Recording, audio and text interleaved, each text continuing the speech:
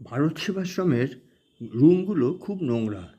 বাইরে ঝাঁটা থাকবে, একটু পরিষ্কার করে নিয়ে তারপরে স্নান টান করবেন। বাথরুমটা পরিষ্কার, বাথরুমটা বড়, প্রচুর জল।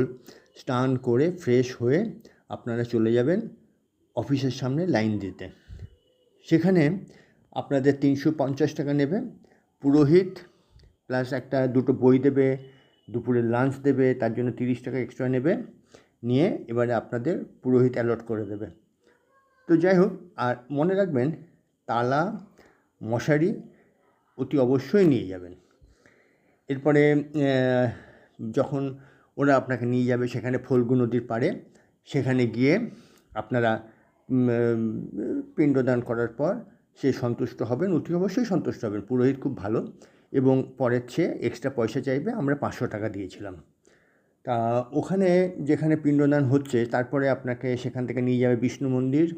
তারপরে সেখানে আবার একটা পিণ্ডদান হবে। তারপরে সেখান থেকে নিয়ে যাবে অক্ষয় বট। সেখানে যে পিণ্ডটা আপনি করলেন সেখানে সে অক্ষয় বটের ওখানে গোড়ায় দিতে হবে, তার জন্য আবার এক্সট্রা নেবে। আমরা ৫০ টাকা দিয়েছিলাম। তারপরে বিকেল ৪টের সময় আমরা প্রায় ১২টা নাগাদ ফিরে এলাম। বিকেল ৪টের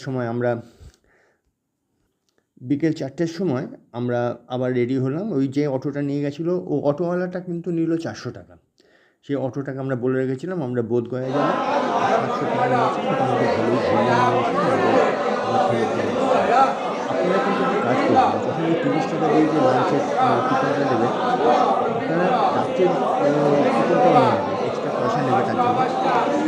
না হলে আপনি যদি বাইরে কোথাও খাবার জায়গা পাবেন, ভালো খাবার জায়গা নেই।